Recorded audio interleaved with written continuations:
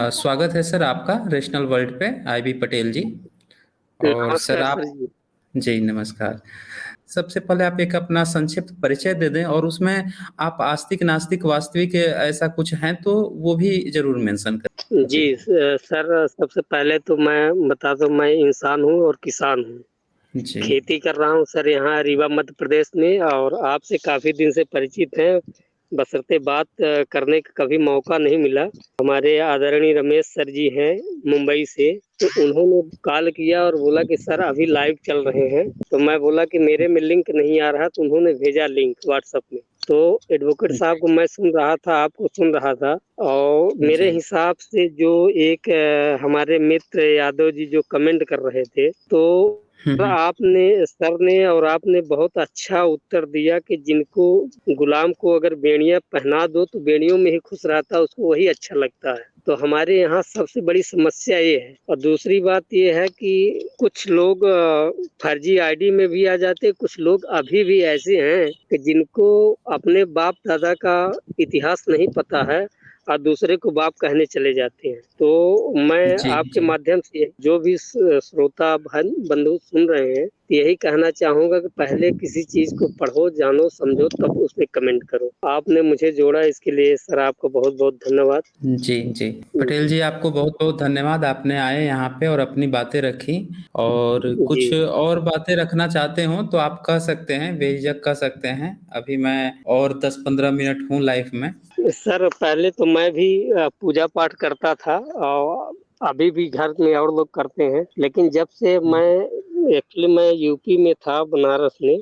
तो अर्जक संघ के एक कार्यक्रम में मैं गया। वहाँ मुझे बहुत कुछ सीखने को मिला। तो जैसे वहाँ पे लोगों ने बताया कि जब हम सुबह उठते हैं सो के, तो सबसे पहले बाथरूम जाते हैं, चप्पल पहनते हैं, फ्रेश होते हैं, तो साबुन से हाथ धोते हैं। तो चप्पल भी विज्ञान बनाया है, जूता चप्पल भी विज्ञान बनाया है, साबुन शैम्पू भी विज्ञान ही बनाया है। तो फिर ईश्वर अल्लाह ने क्या बनाया है। और सबसे बड़ी बात, अगर हम बीमार पड़ते हैं और डॉक्टर के यहाँ जाते हैं, इलाज होने के बाद ठीक हो जाते हैं, तो रिटर्न घर पे आते हैं तो यही कहते हैं ईश्वर की वजह से कि अल्लाह की वजह से मैं ठीक हो गया। तो उस डॉक्टर को थैंक यू नहीं बोलेंगे जिस डॉक्टर और जिस विज्ञान की दवाइयों की वजह से हम ठीक हुए। उसको थैंक यू ना बोल के और उसको कहते हैं जो अदृश्य शक्ति है, दिखाई नहीं देती है भी कि नहीं भी है, उसको थैंक यू बोलेंगे। फिर जो जिस धर्म को मानता है उस अपने धर्म के हिसाब से दुनिया भर पाखंड करेंगे। इसके मैं खिलाफ रहता हूँ। और मेरी पूरी टीम है जिसमें से हमारे आदरणीय रमेश जी हैं, शायद वो आपसे कई बार बात कर चुके हैं, मुंबई से हैं DRX रमेश कुमार जी। जी जी जी उनको मैं जानता जी हूँ, बातें भी हुई हैं और काफी जी अच्छा काम वो कर रहे हैं। और क्या जी जी। आप अर्चक संघ में काम कर रहे हैं, उनके एक्टिव कार्यकर्ता हैं? नहीं सर, मैं कभी कार्यक्रम में मैं एक दो बार गया, और लेकिन अब मैं वहाँ हम्म। नहीं हूँ, क्योंकि अब मैं जॉब करता था वाराणसी में। अब 2018 से मोदी जी के आने के बाद जिस कंपनी में काम करता था, कंपनी ही बंद हो गई। तो मैं फिर हम्म। आ गया अपने होम डिस्ट्रिक्ट रीवा मध्य प्रदेश में, और यहीं पे हम काफी मात्रा में शिमला मिर्च की खेती किए हुए हैं, और जिसका परिणाम ओके। भी अच्छा है। लेकिन यही है कि लॉकडाउन की वजह से उसका बेनिफिट नहीं मिल पा रहा है। लेकिन हम जो है काम कर रहे हैं वही खेती का, शिमला मिर्च का जी और पपीते का। ओके। एक छोटा सा कार्यक्रम चलाते हैं कि जो हम्म। गरीब बच्चे हैं जो पढ़ नहीं सकते, जिनके माँ बाप फीस नहीं दे सकते, उनको हम लोग अपनी तरफ से कुछ बच्चों को साथ में लेके उनको फ्री ऑफ कास्ट ट्यूशन पढ़ाते हैं। और हमारी थिंकिंग ये है कि हमारे बच्चे भले नहीं पढ़ पाए, लेकिन हमारे पड़ोसी के जो बच्चे हैं जो पढ़ने में आर्थिक रूप से कमजोर हैं, हम लोग उनकी मदद करके उनको शिक्षित करें जरूर। जी जी बिल्कुल बिल्कुल, ये तो काफी अच्छा काम आप लोग कर रहे हैं। अगर गरीब बच्चों जी को पढ़ाने का काम है तो मुझे लगता है कि इससे बेस्ट काम तो हो ही नहीं सकता। और जी। काफी अच्छा लगा मुझे जानकर कि आप लोग ऐसा कर रहे हैं।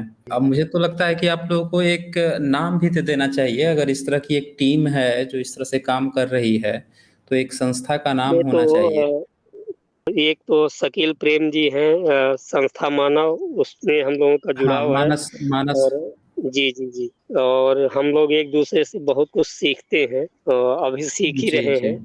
और बोल कि लब आजाद है तेरे शिक्षा में श्रमदान, यही कार्यक्रम कर रहे हैं हम्म, सर। दूसरी बात ये है कि हमने अपने छोटे से प्रयास से दो चार लोगों के साथ में लेके हम लोग अपने गांव में लगभग 80% मृत्यु भोज का बहिष्कार किया है। 80% लोग मृत्यु भोज अब नहीं करते हैं। ओके, ये तो काफी अच्छी चीज है। मैं भी इसके खिलाफ हूँ बिल्कुल, मृत्यु भोज के। जी। तो आप लोग ये कार्यक्रम हालांकि कैसे करते हैं? जैसे कोई अगर मृत्यु होती है किसी की, तो उसका जी आगे जैसे 13वीं मनाता है ब्राह्मण धर्म में लोग, तो आप लोग उसका कैसे क्या करते हैं?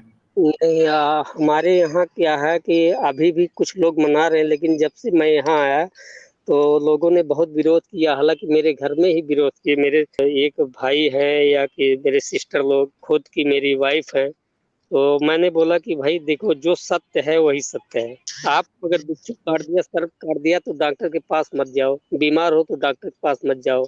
पिताजी अगर जीवित हैं और वो बुढ़ापे में एक गिलास पानी मांग रहे हैं तो पानी नहीं दे रहे हैं, अब मरने के बाद हम 56 भोग लगवाए, ये हमसे नहीं होगा। और हम्म। कई लोगों ने कहा भी कि भैया आपका है तो ठीक रहे, लेकिन पुरानी प्रथा है चली आ रही है। मैंने उनको समझाया कि पुरानी प्रथा में ये भी होता था कि अगर पति मर जाता था तो पत्नी हम्म। को जिंदा जला दिया जाता था। तो एक हमारे जी जी।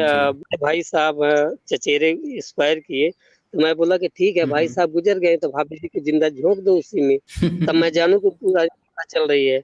और बाप दादा को पढ़ने लिखने का अधिकार नहीं था, हंडी बांध के चलते तो वही हंडी बांध के आप चलो। जी पुराने जी जमाने में बिल्कुल। दादा बाबा के टाइम पे क्या होता था कि लोग किसी तरह से धोती धोती कुर्ता पहनते, धोती लपेट लेते थे। तो आप जीन्स क्यों हम्म। पहन रहे हो? ये पुरानी प्रथा मानना है। पहले के टाइम पे हमारे पिताजी नहीं पढ़े थे, हमारी बुआ नहीं पढ़ी थी, हमारी सिस्टर नहीं पढ़ी थी। आज हम पढ़े, हमारे बच्चे पढ़ रहे हैं, हमारी बेटी पढ़ रही है, बेटियां पढ़ रही हैं, तो क्यों स्कूल भेज रहे हैं? बेटियों को मत भेजो। जी और जी, फिर धर्म ग्रंथ कहोगे तो अलाउ ही फिर नहीं करता। जी जी, कोई धर्म तो अलाउ ही नहीं करता। आप दुर्गा पूजा, सरस्वती पूजा बड़े धूमधाम से मनाते हैं, और उनके बारे में कभी गहराई से जानने की कोशिश किया कि क्या है?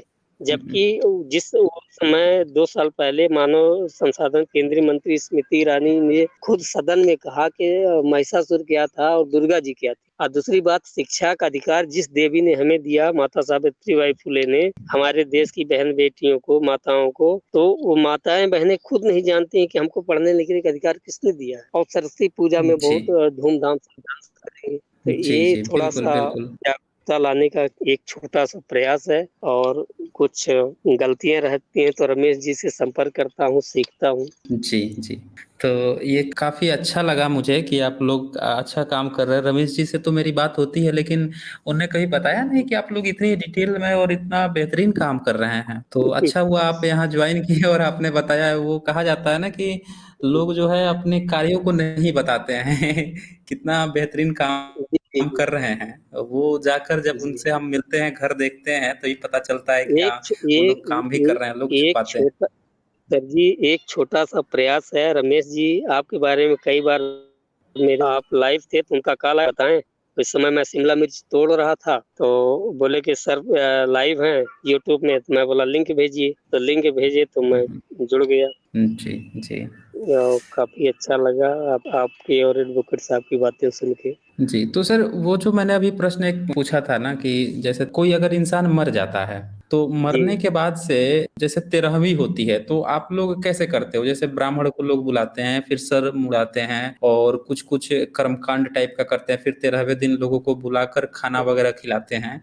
तो नहीं, ये इसकी इसकी स्वेच्छा हो, हुँ, मुड़ मुड़ाना हो तो मुड़ाए, नहीं स्वेच्छा तो न मुड़ाए, कोई जबरदस्ती नहीं है। और जो 13 दिन में 13वीं हुँ, होती हुँ, थी, हमने 5 दिन में सारा कार्यक्रम कर दिया। कार्यक्रम तो कुछ करना नहीं था, हुँ, क्योंकि हुँ, वो ब्राह्मण को या किसी को बुलाने नहीं था। अपने घर परिवार के या रिश्तेदार जो भी आए हैं, तो जो जुड़ा हुआ आदमी है उसके नाम पे खड़े होके 2 मिनट का मौन धारण कर लेते हैं, उनको श्रद्धांजलि दे देते हैं। इसके अलावा अपने ओके। अपने घर चले जाते हैं, और कुछ नहीं। ओके।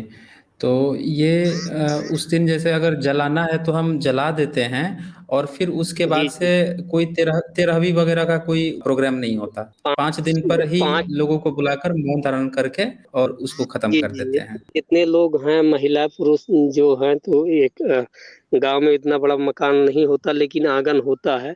आँगन में हुँ, बरामदे में हुँ। सब लोग खड़े होके 2 मिनट उनके नाम पे मौन धारण करके कि उनको श्रद्धांजलि दे रहे हैं। आज से बाद उनके ज़मीन का, मकान का उत्तराधिकारी कौन है, हुँ, उनके मतलब घर की देखभाल करने वाला मुखिया उस घर का मुखिया कौन है, उस हिसाब से 2 मिनट जी। का उनके नाम पे मौन धारण करके यही श्रद्धांजलि देके सब अपने-अपने घर चले जाते हैं।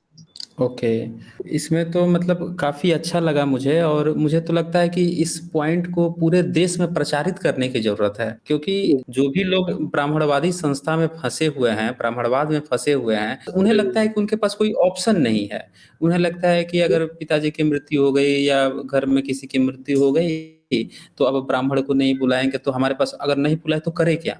वो मान लेते हैं कि उनके अंदर तर्कशीलता आ भी गई है, वो थोड़ा-सा रेशनल भी हो चुके हुँ, हैं, लेकिन हुँ, वो हुँ। ऑप्शन उनके पास नहीं आ पाता है, वो जान ही नहीं पाते हैं। तो इस चीज़ों पर तो हमें लगता है कि और इसको प्रचार करने की ज़रूरत है कि हम ऐसा भी कर सकते हैं। ये तो जी, जी, काफ़ी जी। अच्छा रहेगा। मैं चाहूँगा कि इस पर एक डिटेल्स में आप लोगों से इस पर वार्ता करूँ और ये पॉइंट तो उभारना ज़रूरी है। और एक चीज़ और मैं पूछना चाहूँगा कि जब कोई मृत्यु होती है, तो जो 4 जी। लोग कंधे लेकर जाते हैं, तो क्या आपके यहाँ महिलाओं को स्थान दिया गया है? मतलब ये जो नई आप लोग परंपरा शुरू किए हैं, जो सुधार का काम हो रहा है, तो महिलाओं को स्थान मिला है? क्योंकि हिंदू धर्म में तो महिला को ये श्मशान वगैरह में जाने ही नहीं देते हैं जी। या फिर उन्हें कंधा भी नहीं उठाने देते हैं। नहीं, हमारे यहाँ तो पहले जेंट्स नहीं है तो उठा सकती हैं, लेकिन हमारे यहाँ महिलाएँ भी जा से नहीं है, जब से मैं जानने लायक हुआ तब से जा रही हैं, बहुत पहले से। ओके। जी, एक बात और क्लियर कर दूँ, हमारे यहाँ जो है कोई रजिस्टर्ड श्मशान नहीं है। हालाँकि अब बन गया ओके। है, जिनके पास ज़मीन नहीं हुँ, है, हुँ। जिनके पास जगह नहीं है, उनके लिए बन गया है। लेकिन हम लोगों का अपना पर्सनल बगीचा है या घर से दूर जो खेत है, उस खेत में अपने परिजन को या अपने घर का कोई सदस्य एक्सपायर करता है तो अपनी ही ज़मीन में द जलाते या दफनाते हैं। तो उसमें हुँ, हुँ। महिलाएँ जाती हैं, बहुत सारी जाती हैं, घर की नहीं पूरे जो भी रिलेशन का आ गया कि अड़ोस-पड़ोस के सभी लोग जाते हैं। महिलाएँ एक तरफ बैठती हैं, जेंट्स लोग एक तरफ बैठते हैं, बट जाते सभी हैं। Okay, okay. तो ये भी मुझे अच्छा लगा, ये पॉइंट अच्छा लगा है कि महिलाओं को भी इसमें स्थान है और महिलाएँ भी जाती हैं। अन्यथा जी, मैं जी। जहाँ पे रहा हूँ शुरू से बचपन में, तो मैंने हमेशा देखा कि मैं श्मशान घाट में तो मेरा गाँव काफ़ी बड़ा था, बचपन में मैं रहता था तो मैं हमेशा जी। जाता था, अटेंड करना ही पड़ता था, तो कभी मैंने महिलाओं हुँ। को नहीं देखा था और मैंने ऐसा नहीं, पाया कि मैं महिलाएँ हिंदू करीब 23 साल वाराणसी में था, तो वहाँ पे महिलाएँ नहीं जाती हैं, जबकि मैं गया हूँ, कई बार गया हूँ अपने पड़ोसी या मित्र के परिजन कोई देहांत किए हैं, तो मैं गया हूँ श्मशान पे, हुँ, लेकिन हुँ, वहाँ पे हुँ। महिलाएँ नहीं जाती, चाहे महिला एक्सपायर की हो या जेंट्स एक्सपायर किया हो।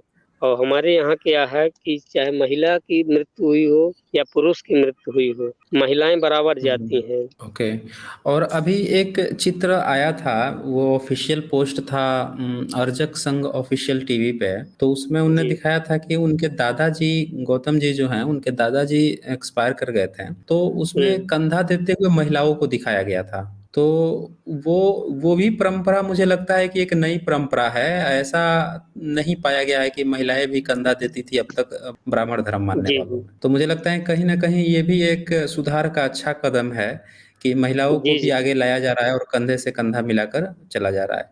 तो बहुत-बहुत जी। धन्यवाद आपका पटेल जी और आप आगे भी आइएगा और चर्चा होगी और आज का सेशन जी, तो मैं जी। यहाँ पे क्लोज़ कर रहा हूँ।